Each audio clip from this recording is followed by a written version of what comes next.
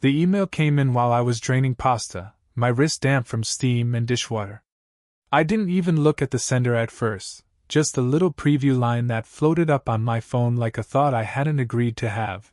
Your escrow analysis is ready. Escrow. A word that always sounds like it belongs to someone else's life. A word that means a spreadsheet has feelings. I set the phone on the counter face down, like that could mute it. The kitchen was doing its usual small noises, the refrigerator's steady hum, the stove ticking as it cooled, the thin whistle of the vent fan we never cleaned enough. The overhead light made everything look too honest. Every crumb, every dried splash on the backsplash, the faint ring of water where I'd set down a glass last night and forgot to wipe it. He came in right on time, because he always did. 6:30 meant his shoes by the mat, his keys in the ceramic bowl, his hands washed for exactly the length of "Happy Birthday" twice. Routine wasn't something he liked. Routine was something he relied on the way some people rely on medicine. "Smells good," he said. It wasn't a compliment exactly. It was a signal. The line he threw like a rope across the room: we're normal, we're fine, we're still doing this. I plated the pasta and put the bowl down in front of him. The forks made that first bright metallic clink against ceramic, clean, sharp, too loud. We ate the first few bites in the soft silence we'd trained ourselves into. Not the kind of silence where you're comfortable. The kind where you're careful. Like we'd both learned that words could be expensive.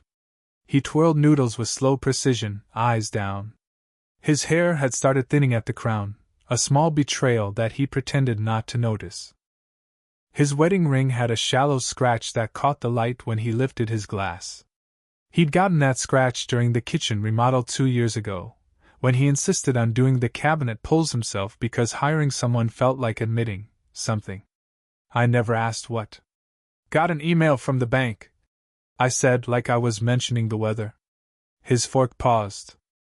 Not frozen, he was too practiced for that, but the motion changed, the way a song changes key by half a step and suddenly you feel it in your teeth. "From the bank?" he repeated, too neutral. Like he'd heard email and bank, and needed to buy time to arrange them in the right order. "Escrow analysis," I said. The word sat between us with the weight of a brick you pretend is paper.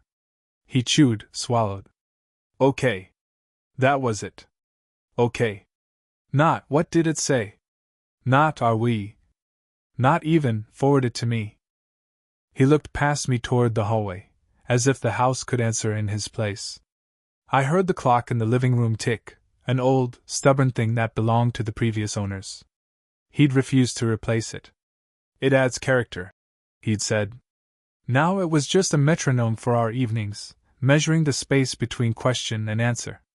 "Should I open it?" I asked. He wiped his mouth with his napkin, careful, folding it into a tidy rectangle like he could fold the moment into something manageable too. "Yeah. Sure. Open it." "Sure." The word people use when they don't want to be accused of stopping you. I picked up my phone again. The screen lit my hands a pale blue. For a second I saw my reflection in the glass, my face split into bright and dark, eyes slightly wider than they needed to be. Early to mid-30s, but sometimes I felt like the last 15 years had made time uneven. Like some years had pressed harder than others. I tapped the email. Numbers appeared. A table. Our names. Our address. A line for monthly payment adjustment. A line for shortage. A line for new payment beginning January. January. Like change always waited politely for the new year. My throat tightened in a way that wasn't about money. The amount wasn't catastrophic. It wasn't even shocking. It was the fact that the email was so detailed, so calm, so confident about our life continuing exactly as it was, just slightly more expensive. I read it out loud, because that was what we did. We turned things into words so we could pretend they were just information and not meaning. He nodded at the numbers like he understood them better than he did. He didn't ask questions. He didn't reach for the phone. He took another bite. "You're not worried?" I asked, keeping my voice light the way you keep a glass from breaking by not gripping it too tightly. He shrugged, the smallest possible movement. We'll make it work. There it was. The sentence he used as a lock. We'll make it work. He said it about the mortgage. He said it about the leak in the guest bathroom ceiling that we'd ignored for 6 months. He said it about Thanksgiving at his sister's even though he complained all the way there. He said it about us. It wasn't reassurance. It was a refusal to look. I stared at him, suddenly aware of the small routine motions, the way he lined up his fork and knife when he paused, the way he always took a sip of water after 3 bites, the way he never ate the last piece of bread until the end. These little habits had always felt like home. Tonight they felt like a fence. Do you ever? I started.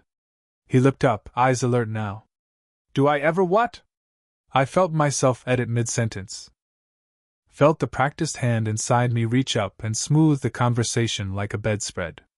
Do you ever think about what we're doing? I landed on. Vague enough to be harmless. Vague enough to be deniable. His eyes dropped again.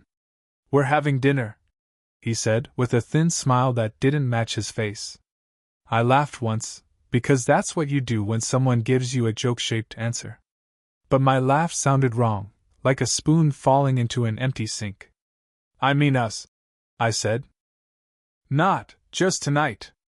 I mean, 15 years is a long time. The phrase hung there, daring him to acknowledge it. 15 years. Not since we met, or since we fell in love.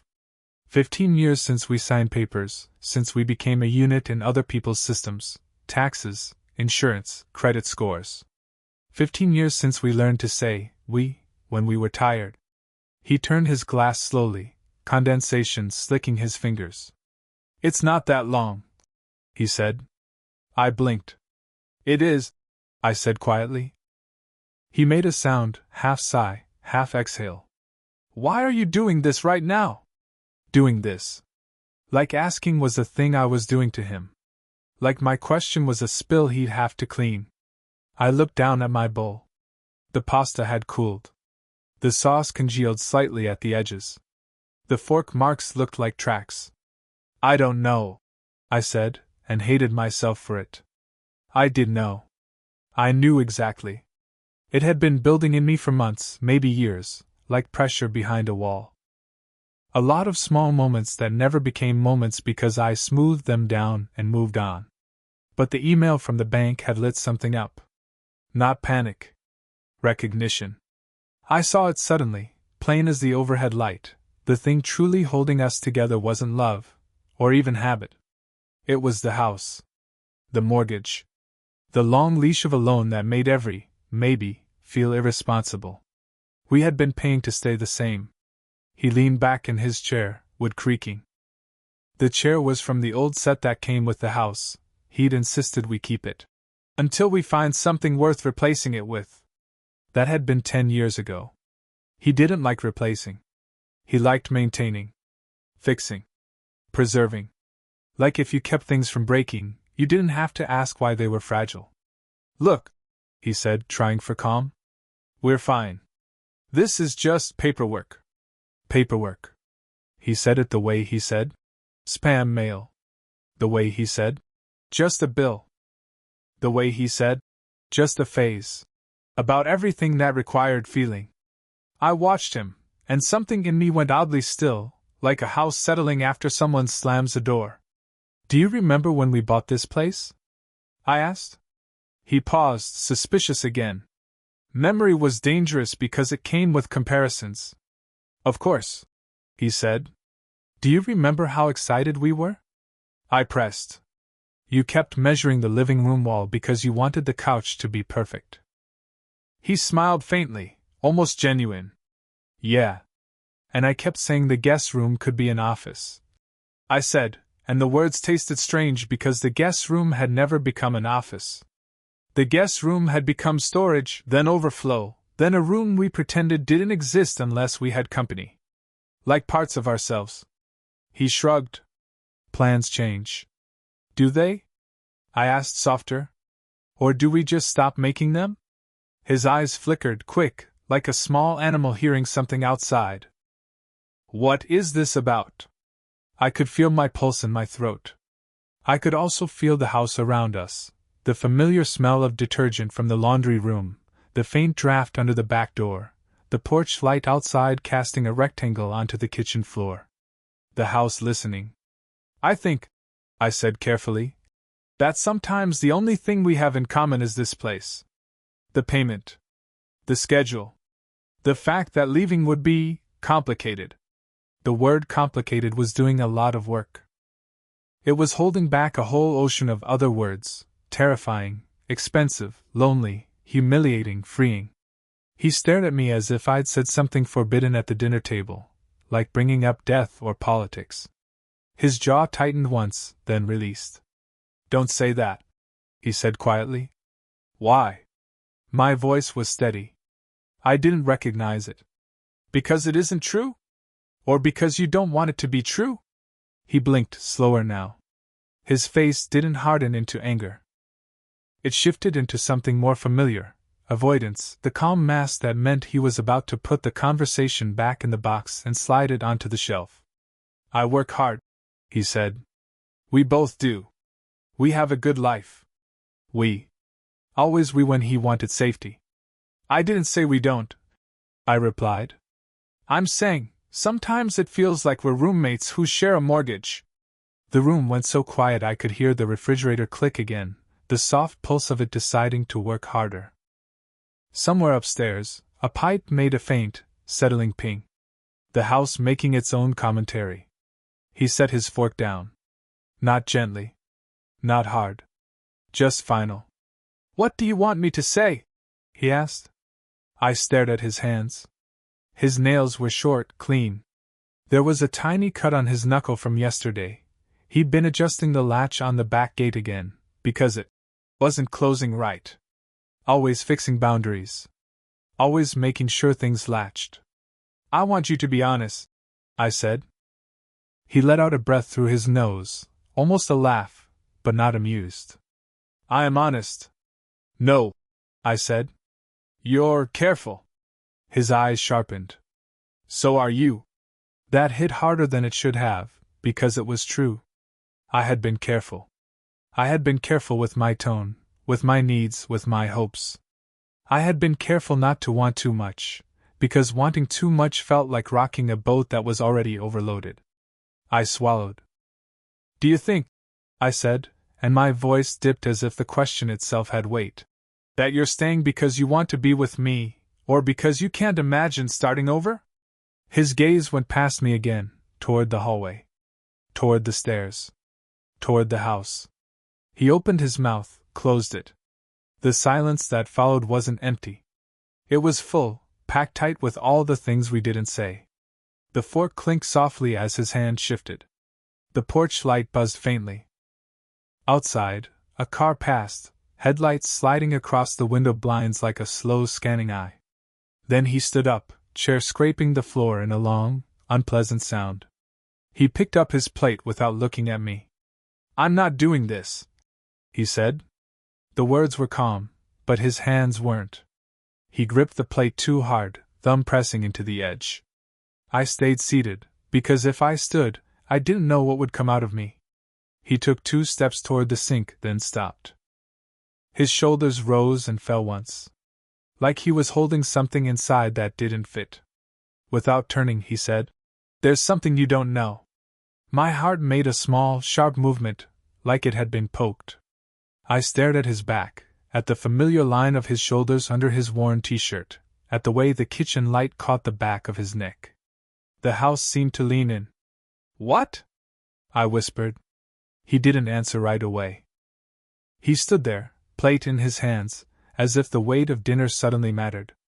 As if dropping it would be irreversible. And then he said, still facing the sink, voice low and even, The bank called me last week. The words sat in the air long enough to collect dust. The bank called me last week. I waited for the rest of the sentence, because surely there had to be a rest. A clarification. A punchline. Something that would put the words back where they belonged, in the category of manageable problems. He set the plate in the sink and turned on the faucet. Water rushed out too loud, a white roar filling the kitchen. He rinsed the bowl even though it was already clean enough, his movements tight and efficient. Delay disguised as usefulness. "Why didn't you tell me?" I asked. The question came out flatter than I expected. Not angry. Not wounded. Just precise, like I was trying to locate a crack in a wall by tapping it. He shrugged without turning around. There wasn't anything to tell. The faucet ran. The clock ticked. The house kept breathing. "They don't call for no reason," I said. He shut the water off a little too fast. The sudden quiet felt like pressure on my ears. "They just wanted to go over some numbers," he said. "Rates, taxes. Normal stuff." Normal. Another word he used like insulation. I stood up slowly. The chair legs scraped the floor in protest. I hadn't realized how tense I was until my knees felt unsteady, like I'd been holding a position for too long.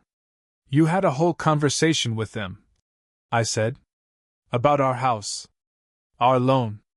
And you didn't think that was something I should know?" He finally turned to face me. His expression was carefully neutral, but I knew him too well not to see the strain at the corners of his eyes, the way his jaw was set just a fraction too tight. "I didn't want to worry you." There it was. The line that sounded generous until you looked at it too closely. "I'm your wife," I said. "Not a child." "I know that," he said quickly. Too quickly. There was nothing urgent. I was going to mention it." "When?" I asked. He hesitated. The smallest pause, but it was enough. It told me everything without telling me anything. I felt something slide into place inside me then. Not rage. Not heartbreak. Clarity. Like realizing that a noise you've been ignoring for years isn't background at all, it's a warning. "How long have you been handling things without telling me?" I asked. His eyes flicked away. "I handle plenty of things," he said. "So do you." "That's not an answer." He rubbed his hands together, as if washing off something invisible. "I didn't want to make it a big deal." "But it is a big deal," I said. "It's our biggest deal." The house seemed to echo the word biggest. The walls, the ceiling, the narrow hallway that funneled every sound straight back to the kitchen. This place we'd poured so much into, money, weekends, arguments about paint colors and light fixtures. This place that knew our footsteps, our routines, the exact way we moved around each other without touching. He leaned back against the counter. "You're overreacting." The phrase landed between us like a familiar bruise. Not new. Not dramatic. Just tender in the way old things are. "I'm reacting appropriately," I said. "I just found out you've been having conversations about our future without me." "Our future?" he repeated, a faint edge creeping into his voice. "It was a phone call." "About the mortgage," I said. "About the house." His gaze lifted sharp now. "Why are you making the house the villain?" I almost laughed. Not because it was funny, but because it was so revealing. "I'm not," I said. "I'm saying it's louder than everything else." He frowned. "What does that even mean?"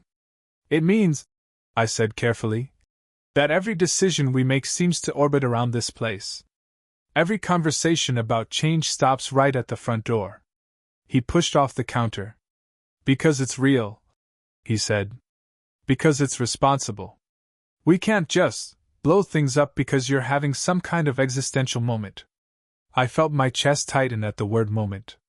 Like my unease was a weather pattern he could wait out. "This isn't sudden," I said. "You just haven't been listening." He opened his mouth, then closed it again. His shoulders sagged slightly, as if the weight he'd been carrying shifted. "Look," he said softer now. "I'm trying to keep things steady. Someone has to." The sentence was almost a confession. I studied him in the harsh kitchen light, the faint lines at the corners of his mouth, the way his posture had gradually bent toward caution over the years. I remembered the man I married at 20, the one who talked about moving to a different city someday, who didn't flinch at uncertainty because it felt like freedom then. When did steady become the same as stuck? I asked. His eyes hardened. That's unfair. Is it? I asked. Or is it just uncomfortable? He shook his head. You're acting like I'm trapping you. The word trap hummed in the air. He hadn't meant to say it. I could tell by the way his lips pressed together afterward, like he wanted to pull it back. I didn't say that, I said quietly. But the house did. The narrow stairs. The closed doors. The fact that even imagining leaving came with a spreadsheet attached. He turned away again, this time toward the living room. I'm going to sit down, he said. We can talk later. Later.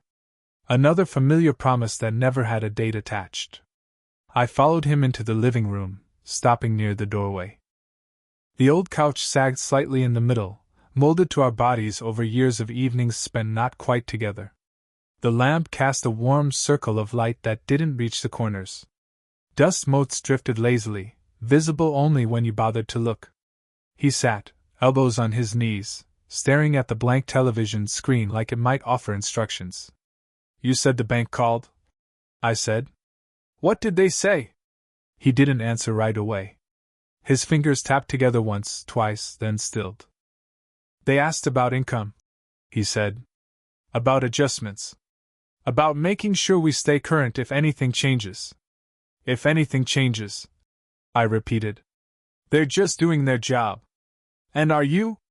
I asked. He looked up sharply. What is that supposed to mean? It means, I said, choosing each word, that I don't know what you're protecting. The house? The loan?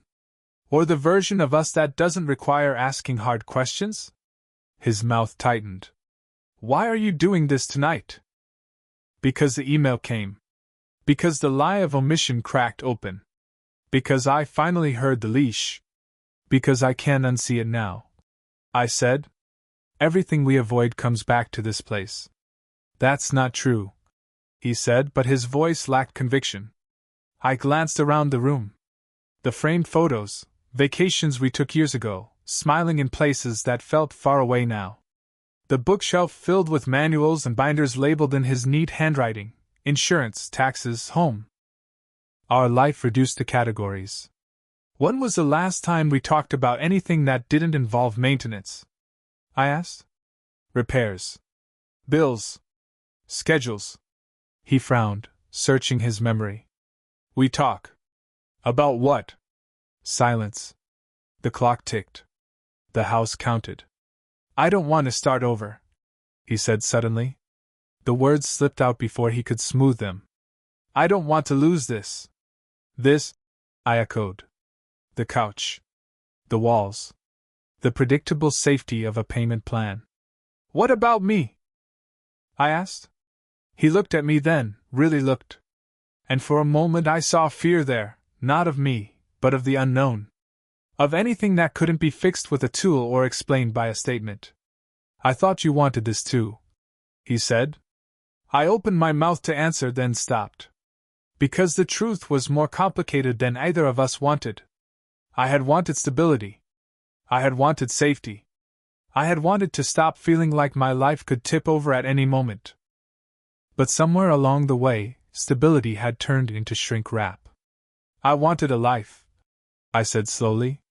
Not just a payment plan. He stood up abruptly. So what are you saying? I felt the question settle into me, heavy and sharp. What was I saying? What was I admitting, even to myself? I'm saying, I began, then hesitated. The house seemed to hold its breath. Before I could finish, his phone buzzed on the coffee table. The sound was jarring in the quiet, a sharp vibration against wood. He glanced down. His face changed, just a flicker, but enough. I followed his gaze. The screen lit up with a familiar blue glow. A number I didn't recognize. And beneath it, a name I did. Mortgage Services, follow-up.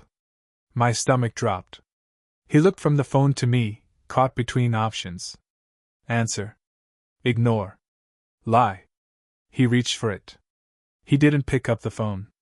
Not right away. His hand hovered over the screen, thumb suspended as if the decision required more muscle than it should have. The buzzing stopped. The silence afterward felt louder than the vibration had been. He exhaled and set the phone face down on the table, carefully, like it might bruise. "They can leave a message," he said. The calm in his voice was too deliberate. A tone he used when he was trying to convince himself as much as me. I didn't sit. I stayed standing near the doorway, my back against the wall, suddenly aware of how the house arranged us, him anchored to furniture, me hovering at thresholds. "You don't usually ignore calls like that," I said. "They'll call back. Why not answer?" He rubbed his face with both hands, dragging his palms down slowly, as if wiping off a mask he was tired of wearing. When he looked up, his eyes were red at the edges. "Because," he said, "I don't want to do this on speaker in front of the couch." The couch. The room. The house. Even now, the place mattered more than the moment. "Do what?" I asked. "Have a conversation that turns into something bigger than it needs to be." My mouth went dry. "It already is bigger." He stood and began pacing the length of the living room, careful not to step on the loose board near the window, the one he'd been meaning to fix for years. His steps traced a familiar path, back and forth, like he was walking the perimeter of something invisible. "They called because—" he started, then stopped. I waited. I didn't rush him. Silence had taught me patience. "They called because they're adjusting risk assessments," he said finally. "Across the board." "What does that mean?" I asked. "It means," he said, choosing his words like fragile items, "that they look at stability. Income. Patterns." "Patterns," I repeated. "Yes." "And what pattern worried them?" I asked. He stopped pacing. Stood with his back to me, staring at the bookshelf. His shoulders were tense, held too high. "There was a gap," he said. My heart beat once hard. "A gap?" "In my hours," he said. "Earlier this year." I thought back. Late winter. Early spring. The weeks when he'd come home quieter than usual. When he said work was weird, but nothing else. When he started staying up later, scrolling on his phone, saying he just couldn't sleep. "You said everything was fine," I said. "It is fine," he said quickly. "It was temporary." "How temporary?" He turned around. "Why does this feel like an interrogation?" "Because dinner had turned into one." "Because you didn't tell me," I said. "Because I found out sideways. Because this isn't just about money, it's about trust."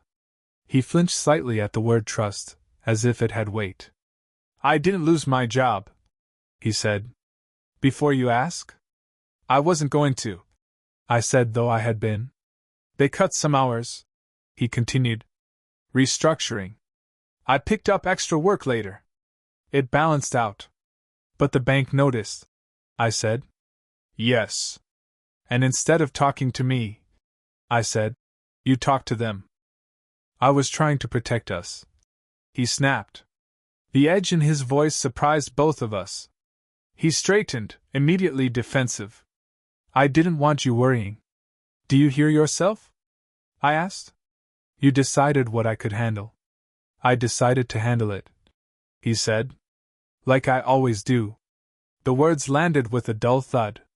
Like a truth either of us had named before. I stared at him. "Is that how you see it? That you handle things and I just, what? Exist inside them?" "That's not what I meant." "But it's what you said." He ran a hand through his hair, leaving it rumpled. "I'm good at this stuff," he said. "Numbers. Planning. Stability." "And I'm not?" I asked quietly. He hesitated. Just long enough. The hesitation was louder than an answer. I felt something shift then, not break, not snap. Just slide. Like furniture moved an inch every year until one day you realize the room isn't the same shape anymore. "You don't trust me with uncertainty," I said. "That's not fair." "You trust me with routine," I corrected. with keeping things running, with showing up, but not with change. He opened his mouth, then closed it. His eyes drifted to the hallway again, toward the stairs, toward the bedroom we shared without touching much anymore. "I'm afraid," he said, so quietly I almost missed it. The admission stunned me more than any confession about money could have. "Of what?" I asked. He laughed once, short and hollow. "Of everything that happens if this stops working." "This?" I said. He nodded. "The house. The plan. Us."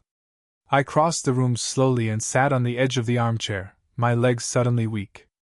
The fabric scratched faintly against my palms. I remembered picking it out, arguing about color, insisting on something lighter because it made the room feel bigger. "What do you think happens if we change something?" I asked. He stared at the floor. "I think it all unravels." "And what do you think happens if we don't?" I asked. He didn't answer. The phone buzzed again. Same vibration.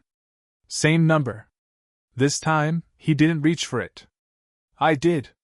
He looked up sharply. "What are you doing?" "Answering," I said. "You can't just." I pressed the button before he could finish. "Hello?" I said, my voice steady despite the way my heart pounded. There was a brief pause, then a professional voice. Calm. Polite. Trained. "Yes, hello, this is Mortgage Services calling regarding your account. May I speak with?" "You are," I said. "This is her." Another pause. A recalibration. "Thank you. We're following up on a recent conversation with your husband regarding some changes in your financial profile. We wanted to ensure both parties were aware." Aware. The word made something in me tighten. "Of what?" I asked. He watched me now like he was watching a slow-motion collision. "There may be options to consider," the voice continued. "Nothing urgent at this moment, but we recommend discussing potential adjustments sooner rather than later." "Adjustments?" I said. "Yes. Planning ahead is always best." I closed my eyes briefly. Planning ahead. Always best. "Thank you," I said. "We'll review." I ended the call and set the phone down. My hands were shaking now, just slightly. Enough to notice. He stared at me.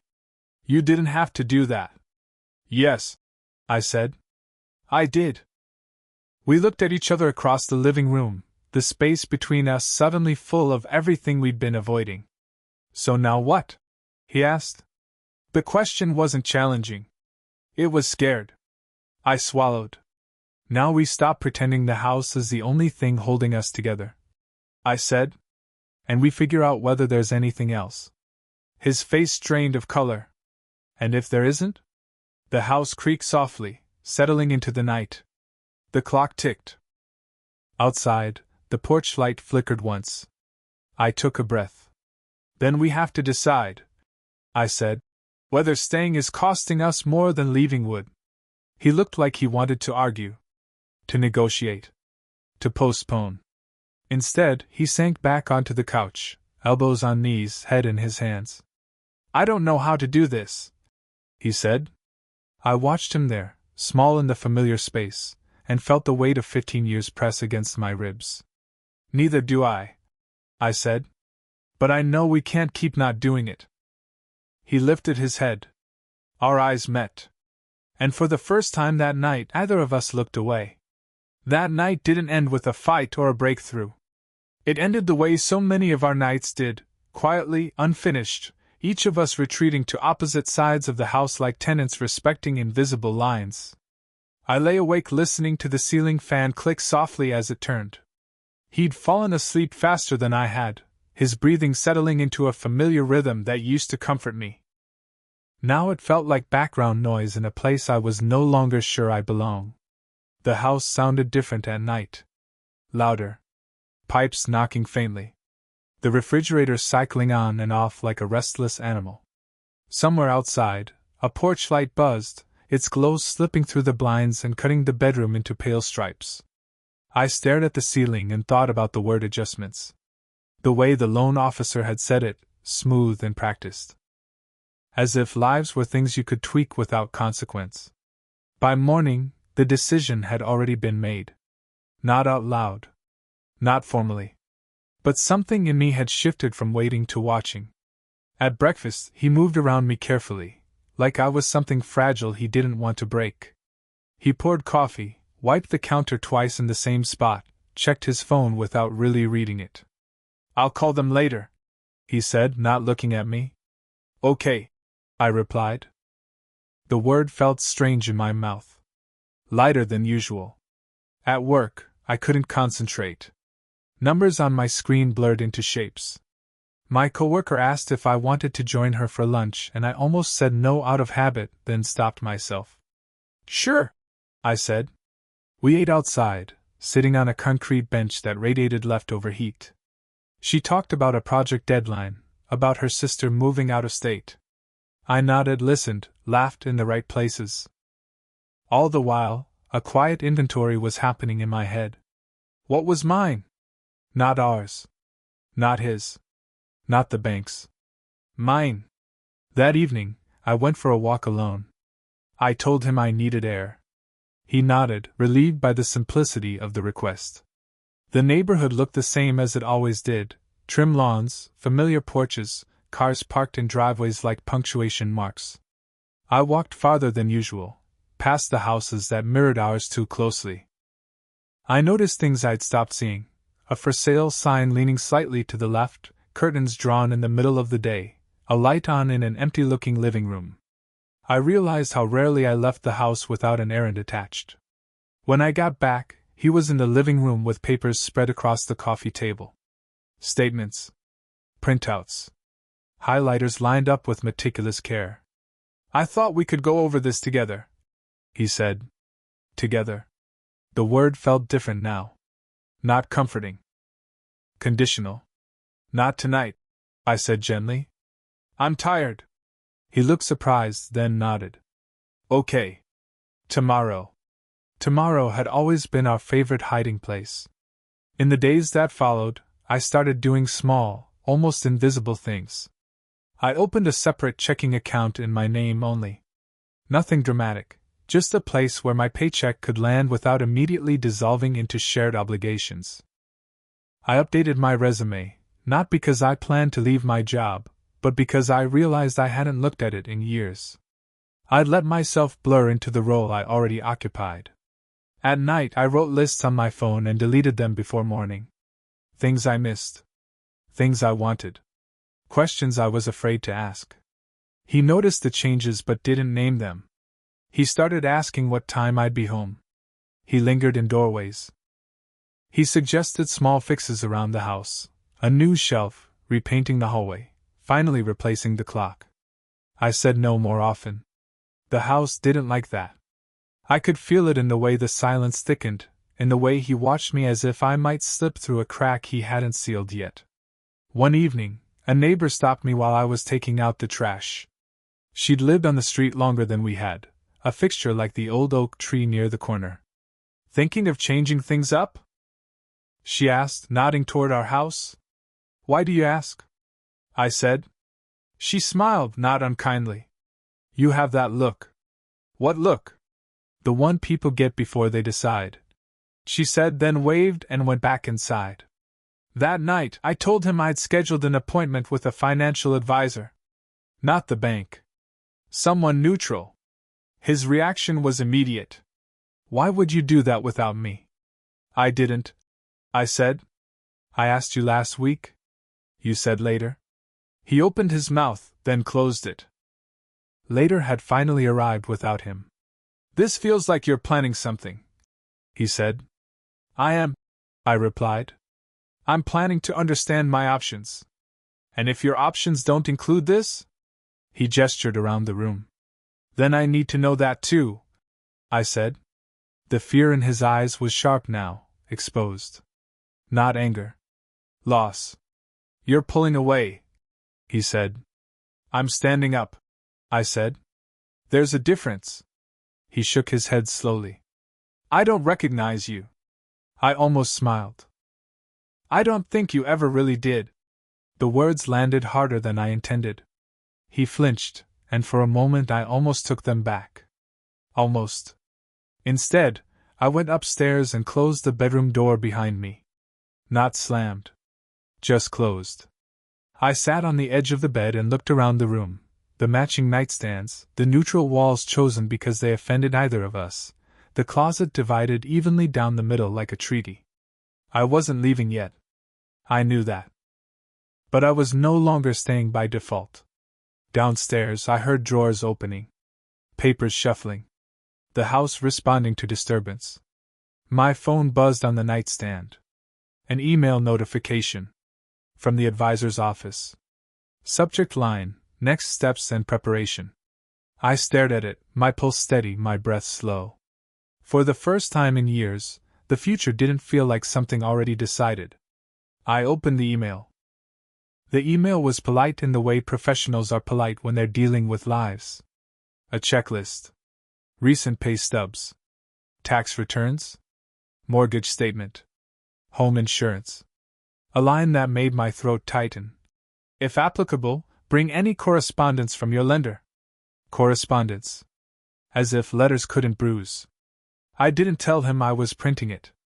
I printed it anyway, the paper warm in my hands as it slid out of the printer tray.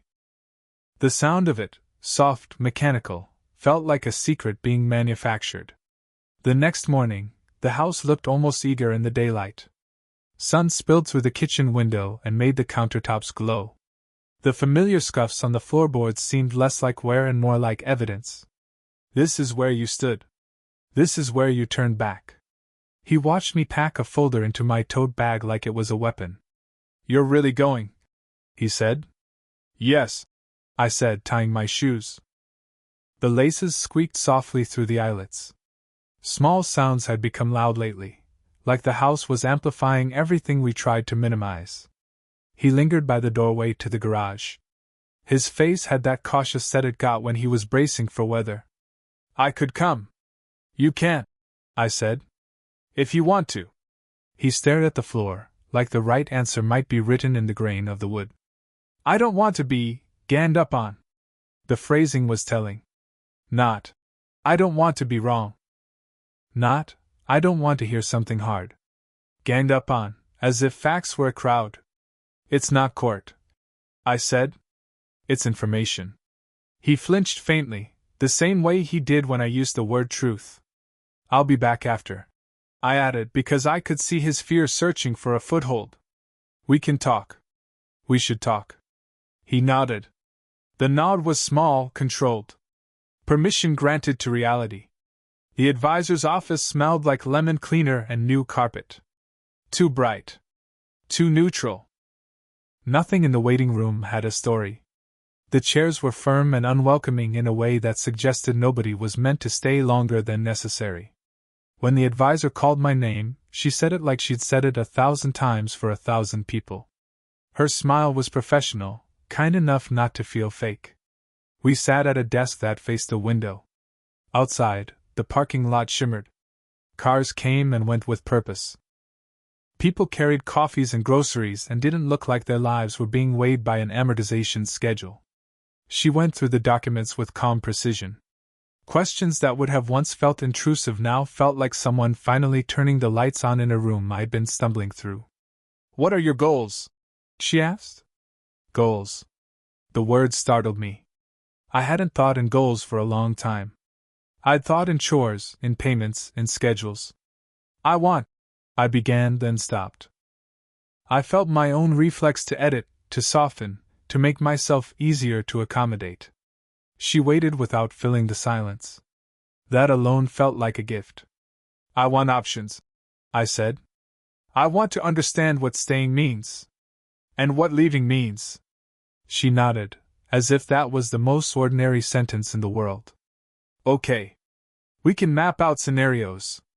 Scenarios. Like alternate lives were something you could sketch with a pen. As she explained numbers, equity, refinancing possibilities, selling costs, what a separation of assets could look like without drama, I listened in a way I hadn't listened to anything in years. Not because it was exciting. Because it was real. Because it was mine to know. Halfway through, my phone buzzed. A text from him. "Are you okay?" 3 words. Simple. But I could feel what was under them. "Are you coming back? Are you going to stop this? Are you still in the house, even if you're not in it right now?" I typed, "I'm okay. We'll talk tonight." I didn't add a heart. I didn't soften it with reassurance. I let the sentence stand on its own legs. When I got home, the porch light was still on even though it wasn't dark. He'd left it on during the day before, only when he was anxious. A little beacon, a little surveillance, a little prayer. Inside, the house smelled like laundry detergent and something fried. He'd cooked. Not because he loved cooking, but because he needed a ritual to hold on to. He was at the kitchen table with the folder of mortgage papers. He'd arranged them into neat stacks. His phone sat beside them, screen down, like a guilty conscience. "I made chicken," he said. "Thanks," I replied. We ate like we were actors in a familiar scene, reading lines we'd memorized. Forks against plates. The quiet hum of the refrigerator. The old clock ticking steady and indifferent. Finally, he put his fork down. "Well?" he asked, forcing the word out. I reached into my tote bag and pulled out the advisor's summary. The paper looked harmless. It wasn't. "I learned things," I said. He leaned forward, hands clasped. "Like what?" I slid the paper across the table. Not with a flourish. Just offering. He didn't touch it at first. He stared at it like it could bite. "It's not a plan," I said. "It's information." He swallowed. "And what does the information say?" "It says," I began, and felt my voice steady itself like a spine straightening, "that we have choices. We can refinance. We can sell. We can restructure. We can. Can we stay?" He interrupted. There it was. The only question that mattered to him. "Yes," I said. "We can stay." His shoulders lowered a fraction, relief loosening him. I watched it happen and felt both tenderness and frustration in the same breath. "And if we stay," I continued, "we still have to answer the other part. The part you don't want to touch." He looked down at his hands. The skin around his nails was rough. He'd been picking at them, a nervous habit he denied having. "I'm not good at talking," he said. "I almost said we can work on it. We can try counseling. We can." But those were familiar words too. Words that sounded like action while buying time. "I'm not asking you to become someone else overnight," I said. "I'm asking you to be here. With me. Not just with the house." He finally reached for the paper, fingertips brushing it like he was testing temperature. His eyes moved over the lines slower than mine had. He wasn't reading numbers, he was reading threat. "This makes it sound easy," he said, voice tight. "It isn't easy," I said. "It's just possible." He stared at the page, then looked up. His eyes were glossy, not with tears but with strain, like he'd been holding something heavy at arm's length for too long. "Why didn't you tell me sooner?" he asked. The question was aimed at me, but I could tell he meant something else too. Why didn't we know sooner? Why didn't we fix it sooner? Why did we let it get to this? "I didn't know how to," I admitted. "And I didn't want to blow up our life over a feeling I couldn't prove." He gave a short, humorless laugh. "So you waited until the bank did it for us." The truth of that sat between us. He rubbed his palms together, the way he did when he was trying to generate warmth from nothing. "I didn't tell you about the hours because I felt ashamed," he said. The word shame came out awkwardly, like it didn't fit his mouth. "I thought if I could fix it quietly," he continued, "then it didn't have to be real." I held his gaze. "That's what you do with everything," I said gently but firmly. "You try to fix it quietly so you don't have to feel it." He looked away. The silence stretched. The clock kept ticking like a judge who never looked up. Then he said something that surprised me. "I'm afraid you'll leave," he said. "Not. I'm afraid of losing the house." Not. I'm afraid of money. Not even. I'm afraid of change. You. My throat tightened, and for a moment I felt the old instinct to comfort him into calm, to smooth the air, to put the lid back on the pot before it boiled over. But this time I didn't. I'm afraid I'll stay, I said softly, and disappear. He blinked.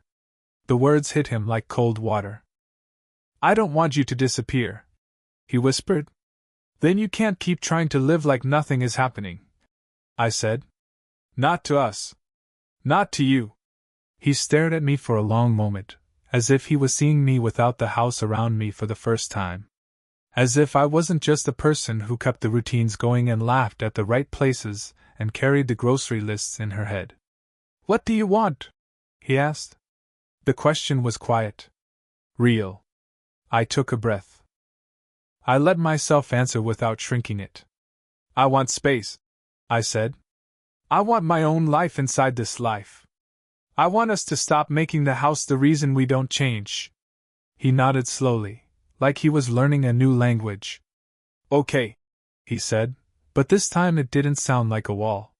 It sounded like a door opening, just a crack. And I want, I added, to try, if you'll try. Not perform. Not promise.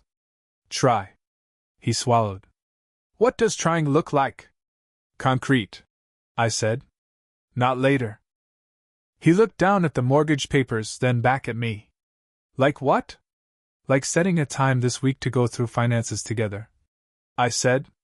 And making a plan that includes me. And talking to someone. A counselor. Not because we're broken, but because we've been living like roommates with a loan. He flinched at the word counselor, but he didn't reject it. That alone felt like movement. And, I continued, I'm going to keep my separate account. His eyes widened. Why? Because I need to know I can take care of myself, I said, and didn't apologize for it. That doesn't mean I'm leaving. It means I'm not trapped. His face tightened, and for a second I saw him want to argue. Want to say it was unnecessary. Want to call it dramatic. Instead, he exhaled. Okay, he said again, and the words shook slightly. We sat there in the kitchen, the house surrounding us in its familiar posture. Cabinets. Counters. The old clock. The porch light still burning in the fading afternoon. For 15 years, we treated the house like a vow. Like a proof. Now it looked different to me, not a promise, not a prison. Just a structure. Wood and drywall and wiring. A place that could hold us if we chose it, and let us go if we didn't. I need you to understand something, I said. He looked at me, wary. I'm not asking you to become brave overnight, I said. I'm asking you to stop using fear as a floor plan. He stared, then nodded once, slow. I can try, he said, voice rough. I can try to be here. I believed him in the way you believe someone learning to walk. Not because they're graceful, but because they're standing up. That night, we didn't fix everything. We didn't suddenly become the couple in our framed photos. We didn't hold hands and cry and find some perfect sentence that turned our marriage into a story with a clean ending. But after dinner, when he started stacking the plates, I didn't jump in automatically. I let him do it. I watched him move through the kitchen like he was relearning it, like the room wasn't just his project but our shared space. Later, I stood in the hallway and looked at the guest room door. The room we'd avoided. The room we'd filled with boxes and old decisions. I opened it. Dust floated in the air, lit by the hallway light. Cardboard towers leaned slightly, precarious. A folded treadmill sat in the corner like an abandoned intention. The room smelled like paper and time. Behind me, I heard his footsteps stop. What are you doing? He asked softly. Making space, I said. He hesitated, then stepped closer, standing beside me instead of behind me. That alone made the air feel different. The boxes weren't labeled with anything dramatic. Holiday decor. Old clothes. Manuals. Papers. The quiet accumulation of years spent avoiding the question of who we were becoming. I want this room, I said, heart pounding. Not for storage. For me. He stared into the clutter, then at me. I could see the fear rise in him, the reflex to control, to plan, to claim. And then, slowly, he nodded. Okay, he said, and this time the words sounded like a surrender of something that wasn't love, but was close enough to have been mistaken for it. I reached for the nearest box and pulled it toward the hallway. The cardboard scraped softly against the floor. He didn't stop me. He bent down and took the other side. Together we lifted.